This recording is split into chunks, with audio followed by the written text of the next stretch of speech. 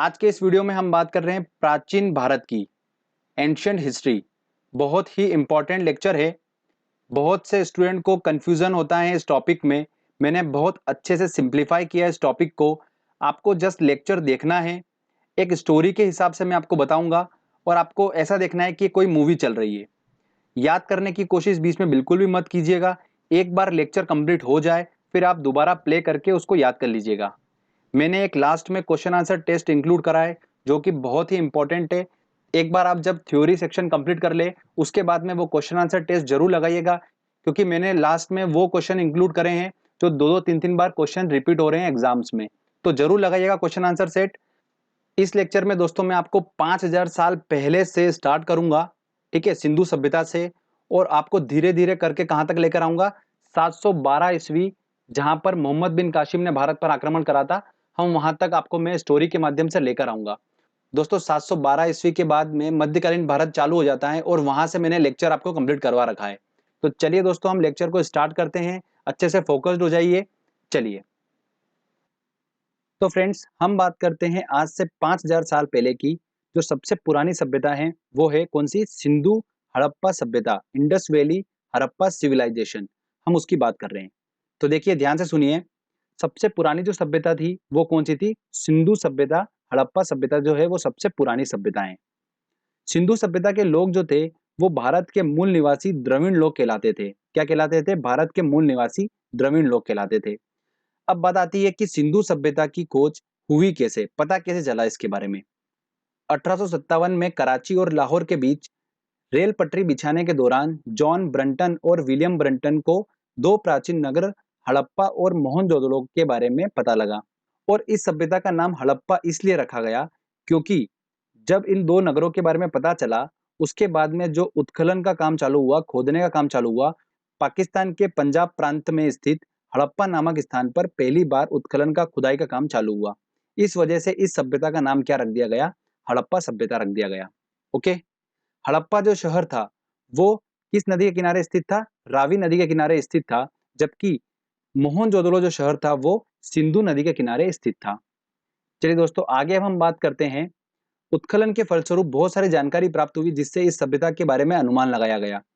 क्या लगाया गया? देखिए तकरीबन 5000 साल पहले एक उच्च स्तरीय सभ्यता विकसित हुई थी जिसकी नगर नियोजन व्यवस्था उच्च कोटि की थी। लोगों को नालियों तथा सड़कों के महत्व का अनुमान था। सिंधु सभ्यता एक नगरीय सभ्यता थी। क्या थी? एक नगरीय सभ्यता थी। सिंधु सभ्यता के लोग ईंटों का प्रयोग करते थे। गुजरात का शहर लोथल सिंधु सभ्यता का एक प्रमुख बंदरगाह हुआ करता था।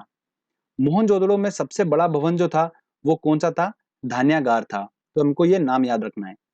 आगे देखिए, विशाल स्नानागार ग्रेट बाथ के बारे में भी पता चला जो कि कहां पर स्थित है? मोहनजोदड़ो में स्थित है। इसके बारे में पता चला। आगे देखिए दोस्तों, कांस्य से बनी नर्तकी की मूर्ति भी मोहनजोदड़ो से उत्खनन के फलस्वरूप प्राप्त हुई थी। उत्खनन के फलस्वरूप ये पता लगा कि सिंधु सभ्यता के जो लोग थे उनकी जो अर्थव्यवस्था थी उसकी ताकत क्या थी? कृषि और पशुपालन। हड़प्पा सभ्यता की बात की जाए तो वहां पर सभी धातुओं के अवशेष मिले बट लोहे के अवशेष नहीं मिले। तो इससे प्रूफ होता है कि सिंधु सभ्यता में अभी तक यहाँ पर लोहे की खोज नहीं हुई थी। ओके। वो खेती किया करते थे तो वो खेती के लिए जो हल यूज करते थे वो लकड़ी के हुआ करते थे। सिंधु सभ्यता के लोगों ने सबसे पहले किसका उत्पादन किया? कपास का उत्पादन किया। ओके। देखा जाए कि सिंधु सभ्यता का अंत कैसे हुआ तो एग्जैक्टली में इस बात का अभी तक प्रूफ नहीं हुआ है कि सिंधु सभ्यता का अंत सिंधु नदी में आई बाढ़ की वजह से हुआ है कि वहां पर अकाल पड़ने की वजह से हुआ है। इस बात का अभी तक प्रूफ नहीं मिल पाया है कि सिंधु सभ्यता का अंत कैसे हुआ। तो चलिए हमारी स्टोरी को आगे लेके जाते हैं। ये हमने बात करी आज से 5000 साल पहले की। उसके बाद समय निकलता गया। भारत में सबसे पहले ईरान के देश के लोगों ने प्रवेश करा जो कि क्या कहलाए? आर्यंस कहलाए।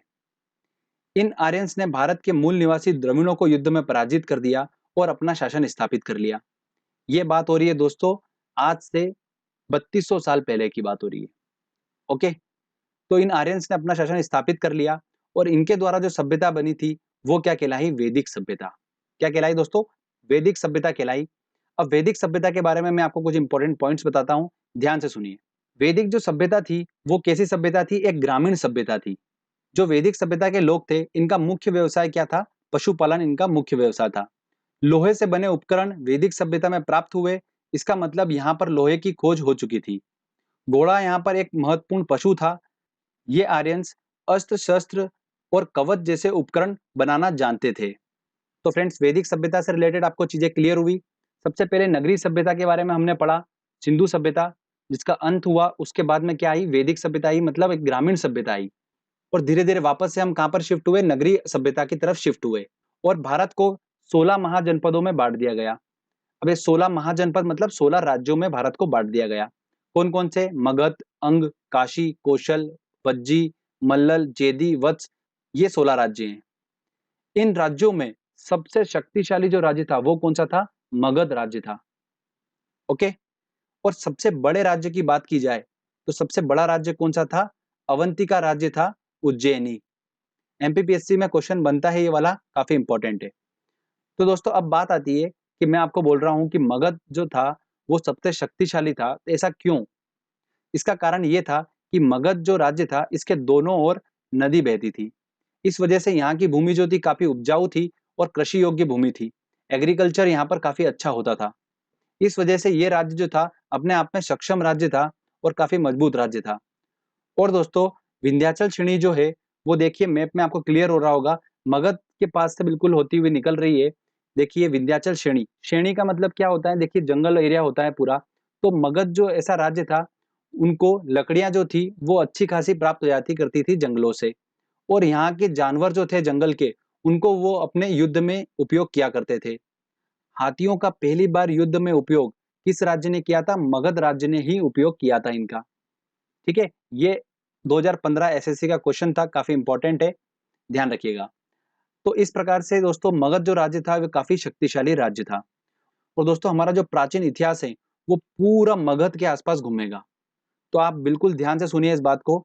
यहाँ पर बहुत सारे राजा आए, अलग अलग राजा आए। इन राजाओं का क्या उद्देश्य था, ये जो 16 महाजनपद के बारे में आप देख रहे हैं, इन 16 महाजनपदों पर कब्जा करना। और सिर्फ एक ही ऐसा राजा था जिसने 16 महाजनपदों पर कब्जा कर लिया था, वो कौन था, सम्राट अशोक। उसके बारे में हम आगे बात करेंगे। अब एक इंपॉर्टेंट पॉइंट और सुनिए कि 16 महाजनपदों का उल्लेख एक बौद्ध ग्रंथ में किया गया है। उस बौद्ध ग्रंथ का नाम एग्जाम में अक्सर पूछा जाता है। तो वो बौद्ध ग्रंथ कौन सा है, देखिए अंगूर है। कौन सा है, अंगूर। इसके अंदर 16 महाजनपदों का उल्लेख किया गया है। अब देखिए दोस्तों, ये हमारी ट्रिक थी। जो बौद्ध ग्रंथ था उसका नाम है अंगुत्तर निकाय। क्या है दोस्तों, अंगुत्तर निकाय। आपके दिमाग में सेट हो चुका होगा अंगूर वाली इमेज। अब जब भी एग्जाम में अगर ऐसा आएगा कि 16 महाजनपदों का उल्लेख एक बौद्ध ग्रंथ में किया है, तो वो किसमें किया है, अंगूर में किया है। हमको ऐसे ध्यान रखना है, किसमें किया है, अंगूर में किया है। और अंगूर से हम आसानी से पहुंच जाएंगे अंगुत्तर निकाय तक और हमारा क्वेश्चन बन जाएगा।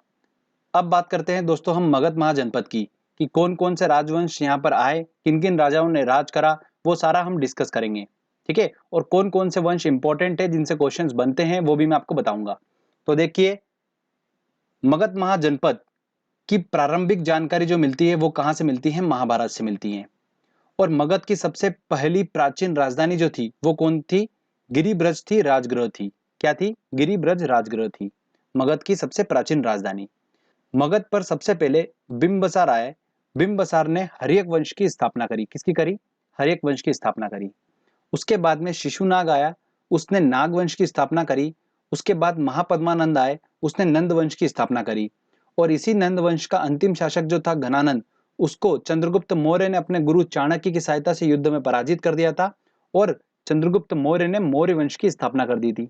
तो दोस्तों ये हमारा पहला फेज है। इसके बाद और भी वंश आए हैं, हम उनको थोड़ा बाद में डिस्कस करेंगे। सबसे पहले हम इन चारों को डिस्कस करेंगे।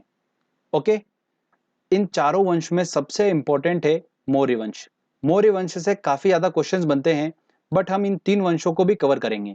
इसमें हर्यक वंश और नंद वंश से भी एग्जाम में क्वेश्चंस देखने को मिलते हैं। नाग वंश से आपको बस इतना याद रखना है कि नाग वंश के संस्थापक कौन थे, शिशुनाग थे। क्लियर। चलिए अब मैं आपको हर्यक वंश और नंद वंश के बारे में कुछ इंपॉर्टेंट पॉइंट बता देता हूं। उसके बाद में हम स्टार्ट करेंगे चंद्रगुप्त मौर्य, मतलब मौर्य वंश से स्टार्ट करेंगे। देखिए, बिंबसार ने हर्यक वंश की स्थापना करी मगध पर सबसे पहले। तो बिंबसार जो था वो बौद्ध धर्म का अनुयायी था। किसका था, बौद्ध धर्म का अनुयायी था। इसकी मृत्यु उसके पुत्र अजात शत्रु ने कर दी थी।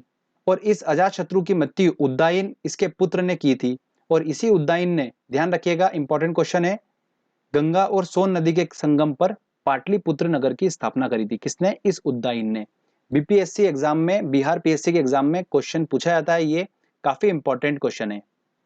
इसके बाद कौन सा वंश आया था? नागवंश आया था, जिसकी स्थापना शिशुनाग ने करी थी। उससे हमको बस संस्थापक का नाम ही याद करना है। उसके बाद कौन सा वंश आया था? नंद वंश आया था। तो चलिए हम बात करते हैं नंद वंश की। इसकी स्थापना किसने करी थी? महापद्मानंद ने करी थी।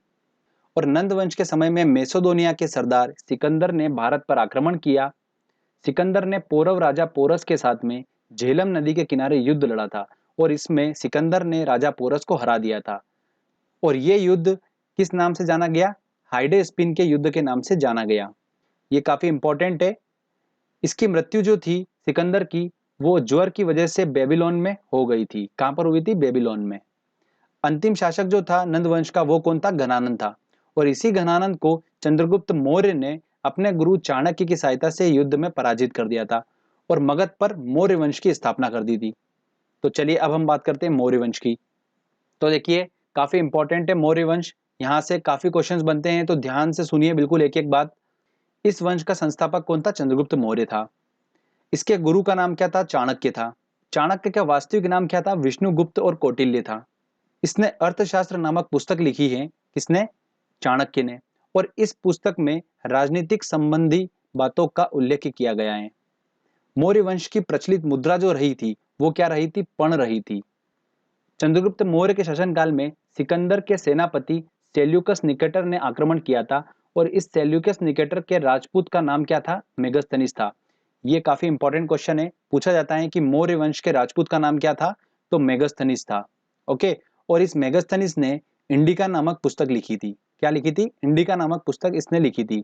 और इस चंद्रगुप्त मौर्य ने यूनानियों का अंत कर दिया था।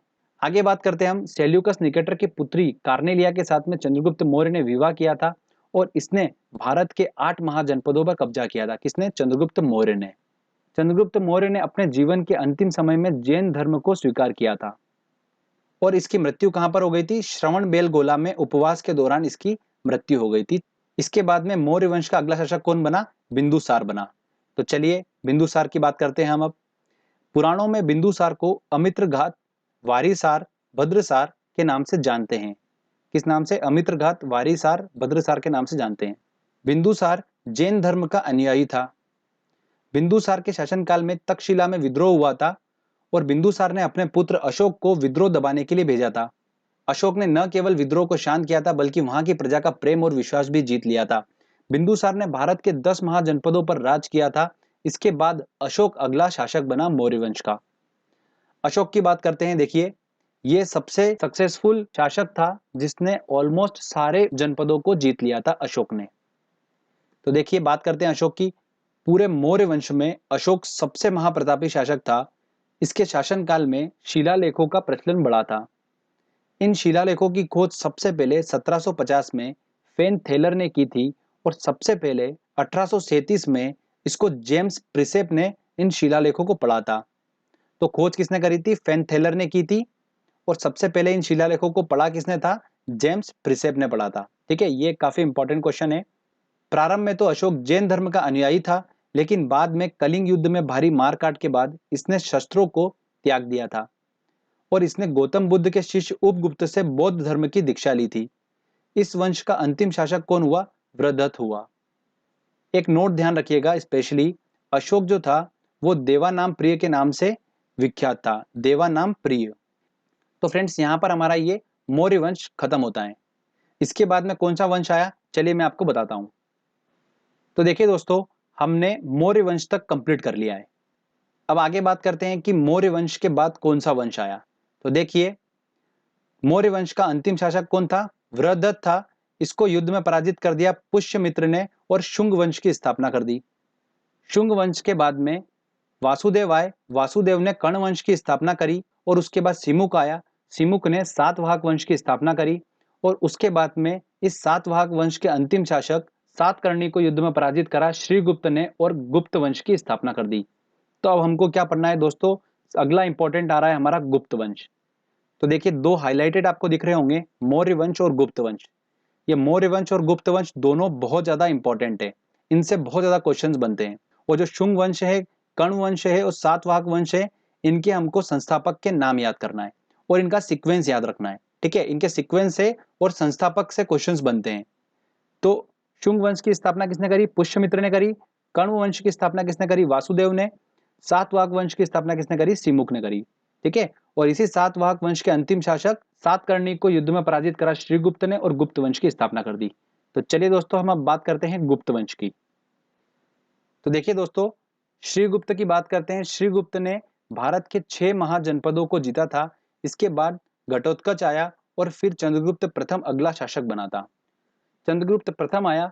चंद्रगुप्त प्रथम ने लिच्छवी राजकुमारी देवी के साथ विवाह किया था। देखिए काफी इंपॉर्टेंट है, नाम याद रखिएगा, लिच्छवी राजकुमारी देवी के साथ विवाह किया था। इसी ने भारत में गुप्त संवत की स्थापना की थी। किसने? चंद्रगुप्त प्रथम ने। लिच्छवी राजकुमारी देवी का जो पुत्र था समुद्रगुप्त, वो चंद्रगुप्त प्रथम के बाद में अगला शासक बना। तो चलिए हम बात करते हैं अब समुद्रगुप्त की। समुद्रगुप्त संगीत प्रेमी था और इसने अपने सिक्कों पर वीणा बजाती हुई देवी की मूर्ति अंकित की थी। महापराक्रमी होने की वजह से इसे भारत देश का नेपोलियन कहा जाता था। किसको? समुद्रगुप्त को। इसके बाद में चंद्रगुप्त द्वितीय अगला शासक बना। चंद्रगुप्त द्वितीय जो था उसको किस नाम से जाना जाता था? विक्रमादित्य के नाम से भी जाना जाता है। यह भी एक महाप्रतापी शासक था। इसने भारत में शकों के आक्रमण को विफल कर दिया था। अब शकों के आक्रमण से आप क्या समझ रहे हैं? विदेशी आक्रमण को विफल कर दिया था। ओके। भारत के इतिहास में सबसे पहले चांदी के सिक्के चलाए थे, वो किसने चलाए थे? चंद्रगुप्त द्वितीय ने ही चलाए थे। कालिदास, आर्यभट्ट, वराहमिहिर, ब्रह्मगुप्त, सुश्रुत इत्यादि विद्वान इसी के शासनकाल में थे। देखिए 3 बता रहा हूं जो बहुत ज्यादा इंपॉर्टेंट है। कालिदास, आर्यभट्ट, वराहमिहिर, ये तीनों तो बहुत ही ज्यादा इंपॉर्टेंट है। ध्यान रखना, ये तीनों विद्वान किसके शासनकाल में थे? चंद्रगुप्त द्वितीय के शासनकाल में थे। और इनसे रिलेटेड कुछ इंपॉर्टेंट पॉइंट्स बता रहा हूं, वो देख लीजिए। आर्यभट्ट जो थे वो खगोल वैज्ञानिक और गणितज्ञ थे और आर्यभट्ट ने सूर्य सिद्धांत की रचना की थी। किसकी? सूर्य सिद्धांत। अगला पॉइंट सुनिए, वराहमिहिर जो थे वो एक क्या थे? खगोल शास्त्री थे। ये एसएससी 2011-15 का क्वेश्चन है, 2 बार रिपीट हुआ है। आगे देखिए, कालिदास ने मेघदूतम और कुमार संभव की रचना की है। किसकी? मेघदूतम और कुमार संभव की। चंद्रगुप्त द्वितीय का शासनकाल भारतीय इतिहास का स्वर्णकाल कहलाता है। इसके बाद में अगला शासक कौन बना? कुमारगुप्त। कुमारगुप्त की बात करते हैं तो देखिए, नालंदा यूनिवर्सिटी की स्थापना किसने करी थी? कुमारगुप्त ने ही की थी। इसके बाद स्कंदगुप्त अगला शासक बना। स्कंदगुप्त की बात करते हैं तो इसने भारत में सबसे ज्यादा कृत्रिम झीलों का निर्माण कराया था। किसने? स्कंदगुप्त ने। इस वंश का अंतिम शासक कौन हुआ था? भानुगुप्त हुआ था। तो फ्रेंड्स, यहाँ पर हमारा ये गुप्त वंश जो है वो खत्म होता है। जो हम गुप्त वंश की बात कर रहे थे, ये गुप्त वंश का समय चल रहा था 250 ईस्वी से लेकर 500 ईस्वी तक। तो हम 500 ईस्वी तक तो आ गए।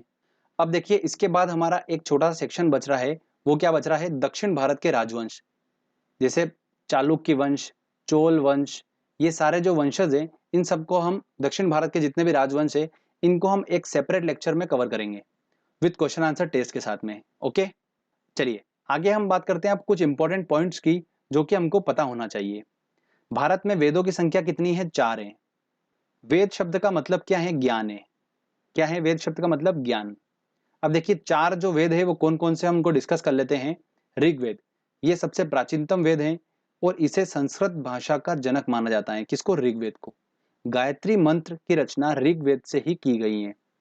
इसमें 10 मंडल व 1028 सूक्त हैं। ये 1028 दिमाग में छप जाना चाहिए, ठीक है। साम्यवेद की बात करते हैं तो इसको भारतीय संगीत का जनक माना जाता है। साम्यवेद को भारतीय संगीत का जनक माना जाता है। अगला बात करते हैं हम यजुर्वेद की। इसमें कृष्ण की उपासना का उल्लेख मिलता है यजुर्वेद में। और सबसे लास्ट आता है अथर्ववेद। सबसे आधुनिकतम वेद जो है वो कौन सा है? अथर्ववेद है। और जादू टोना टोटका अथर्ववेद से ही लिया गया है। अगला पॉइंट आता है हमारा, राजतरंगिणी पुस्तक के लेखक का नाम क्या है? कल्हण है। यह पुस्तक कश्मीर के इतिहास से संबंधित है। चीनी यात्री ह्वेंगसान हर्षवर्धन के शासनकाल में आए थे, जबकि चीनी यात्री फाहियान चंद्रगुप्त द्वितीय के शासनकाल में आए थे। ये बहुत ही इंपॉर्टेंट पॉइंट है, ध्यान रखिएगा। अगर आपको याद करना है, देखिए हर्षवर्धन का ह और ह्वेंगसान का ह, ये दोनों मैच करेगा तो आप कंफ्यूज नहीं होंगे। और फाहियान जो है वो चंद्रगुप्त द्वितीय के शासनकाल में आया था। बहुत ही ज्यादा इंपॉर्टेंट है। भारत का आइंस्टीन किसे कहा गया है? नागार्जुन को कहा गया है। तो फ्रेंड्स, यहाँ पर हमारा प्राचीन भारत का जो थ्योरी सेक्शन है वो कंप्लीट होता है। मैंने पूरी कोशिश करी है कि मैं स्टोरी के माध्यम से आपको पूरा समझाऊं। दोस्तों अब हमारे सिर्फ दो छोटे छोटे टॉपिक रह जाते हैं। एक रह जाता है धार्मिक आंदोलन, जिसमें हम पढ़ेंगे बौद्ध धर्म जैन धर्म को, और दूसरा हमारा जाता है दक्षिण भारत के राजवंश। ये दोनों टॉपिक बहुत जल्दी मैं अपलोड कर दूंगा, तो आप टेंशन बिल्कुल मत लीजिए। अभी जो हमने पढ़ा है अच्छे से, चलिए दोस्तों हम टेस्ट लगाते हैं और देखते हैं कि कितने क्वेश्चंस हम सॉल्व कर पा रहे हैं। बहुत ही इंपॉर्टेंट क्वेश्चंस मैंने इंक्लूड करे हैं, तो आप टेस्ट जरूर लगाइए। चलिए देखिए दोस्तों, हमारा पहला क्वेश्चन है विशाल स्नानागार कहाँ मिला था? तो कहां पर मिला था? मोहनजोदड़ो में मिला था। तो आंसर क्या होगा? C answer. सिंधु घाटी के लोगों की एक महत्वपूर्ण रचना निम्नलिखित में से किसकी मूर्ति थी? तो कौन सी मूर्ति थी? नृत्य करती हुई बालिका। बी आंसर होगा। उस राज्य का नाम बताइए जिसने पहली बार युद्ध में हाथियों का इस्तेमाल किया था। तो किसने करा था? मगध राज्य ने करा था। तो क्या होगा आंसर? बी आंसर होगा। काफी इंपॉर्टेंट क्वेश्चन है। चलिए नेक्स्ट क्वेश्चन लेते हैं। सिंधु घाटी का बंदरगाह का क्या नाम था? तो बंदरगाह क्या नाम था? लोथल बंदरगाह। तो बी आंसर होगा। सिंधु अर्थव्यवस्था की ताकत थी। क्या थी सिंधु अर्थव्यवस्था की ताकत? कृषि थी। तो क्या आंसर होगा? ए आंसर होगा। सिंधु सभ्यता के घर किससे बनाए जाते थे? तो ईंटों से बनाए जाते थे। इसके साक्ष्य मिले थे। तो ए आंसर होगा। चलिए नेक्स्ट क्वेश्चन लेते हैं। हड़प्पा सभ्यता से अभी तक किस धातु की प्राप्ति नहीं हुई है?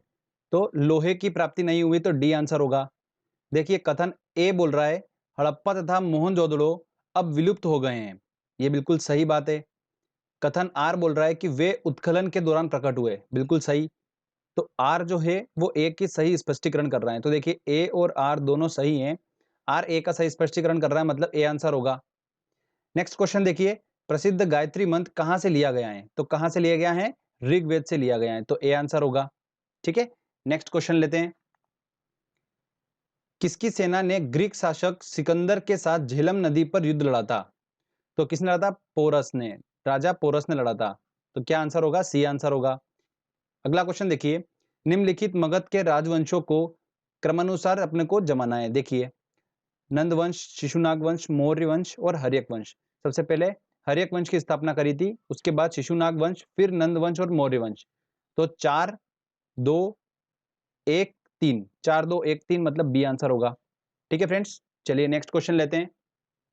बिंदुसार के शासन के दौरान अशांति कहां पर हुई थी? तो बिंदुसार के शासन के दौरान अशांति कहां पर हुई थी? तक्षशिला में हुई थी। उसके बाद बिंदुसार ने अशोक को वहां पर भेजा था। तो क्या होगा आंसर? ए आंसर होगा। चंद्रगुप्त मौर्य ने अपने अंतिम दिन कहां गुजारे थे? तो चंद्रगुप्त मौर्य ने अपने अंतिम दिन कहां गुजारे थे? श्रवण बेलगोला में गुजारे थे। डी आंसर होगा। देवानाम प्रिय के नाम से कौन विख्यात हैं? तो कौन विख्यात है? देखिए दोस्तों अशोक विख्यात था, मैंने आपको बताया था। तो क्या आंसर होगा इसका? बी आंसर होगा। चलिए नेक्स्ट क्वेश्चन लेते हैं हम। इंडिका किसने लिखी है? इंडिका पुस्तक किसने लिखी है? देखिए मेगस्थनीज ने लिखी है। तो क्या आंसर होगा? ए आंसर होगा। मौर्य दरबार में ग्रीस के राजदूत का क्या नाम था? तो क्या नाम था राजदूत का? नाम मेगस्थनीज था। अशोक ने किस बौद्ध साधु से प्रभावित होकर बौद्ध धर्म को अपनाया था? तो उसने उपगुप्त से शिक्षा ली थी, मतलब इसका आंसर क्या होगा? बी आंसर होगा।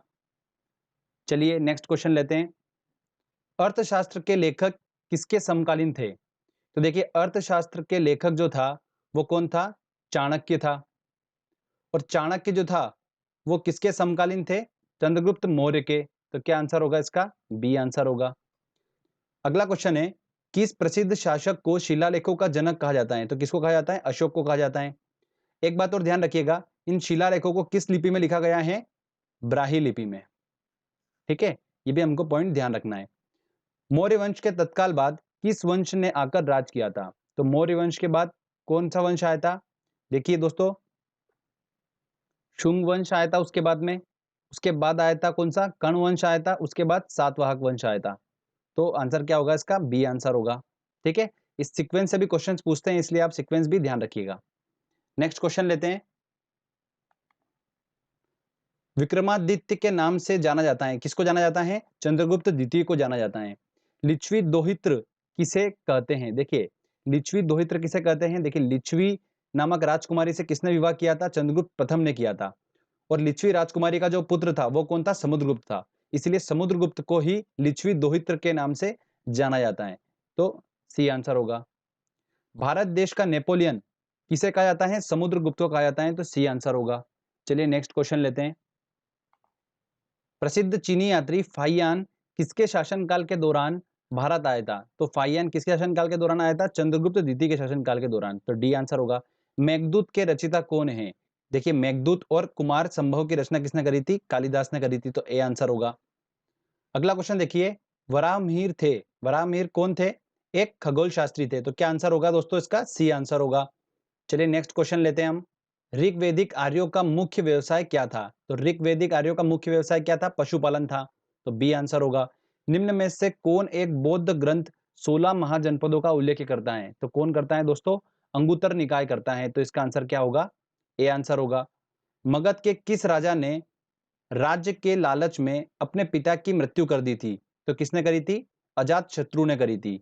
बिंबिसार की हत्या कर दी थी इसने, तो क्या आंसर होगा? बी आंसर होगा। चलिए नेक्स्ट क्वेश्चन लेते हैं। अशोक के शिलालेखों को पढ़ने वाला प्रथम अंग्रेज कौन था? तो पढ़ने वाला कौन था प्रथम अंग्रेज? देखिए खोज किसने करी थी? फेन थेलर ने करी थी, और पढ़ने वाला पहला कौन था? जेम्स प्रिसेप था, तो आंसर क्या होगा? सी आंसर होगा। ठीक है, तो कंफ्यूज मत होइएगा, काफी इंपॉर्टेंट क्वेश्चन है ये, एग्जाम में पूछा जाता है। तो फ्रेंड्स जो मैंने आपको ये क्वेश्चंस करवाए हैं, ये काफी इंपॉर्टेंट क्वेश्चन है सारे, बार बार एग्जाम में रिपीट हो जाते हैं क्वेश्चन ये। तो आई होप आपने सारे क्वेश्चन सॉल्व कर लिए होंगे। तो फ्रेंड्स हमने टॉपिक को पहले अच्छे से समझा, उसके बाद में हमने एक very important question answer test भी लगाया। तो फ्रेंड्स इस टॉपिक से हमारा एग्जाम में नंबर बिल्कुल पक्का है, आप बिल्कुल टेंशन मत लीजिए। जो जो हमने टॉपिक अच्छे से पढ़े हैं उनसे अगर क्वेश्चंस आएगा तो आप आसानी से क्वेश्चन को सॉल्व कर लेंगे। तो फ्रेंड्स अगर आपको वीडियो अच्छा लगा है तो जल्दी से इस वीडियो को लाइक करिए, दोस्तों के साथ शेयर करिए और कमेंट करके बताइए आपको वीडियो कैसा लगा। अगर आपने अभी तक चैनल को सब्सक्राइब नहीं करा है तो प्लीज़ चैनल को सब्सक्राइब कर लीजिए, क्योंकि इस तरीके के जब भी वीडियो मैं अपलोड करूंगा आपको उसका बेनिफिट मिलता रहेगा।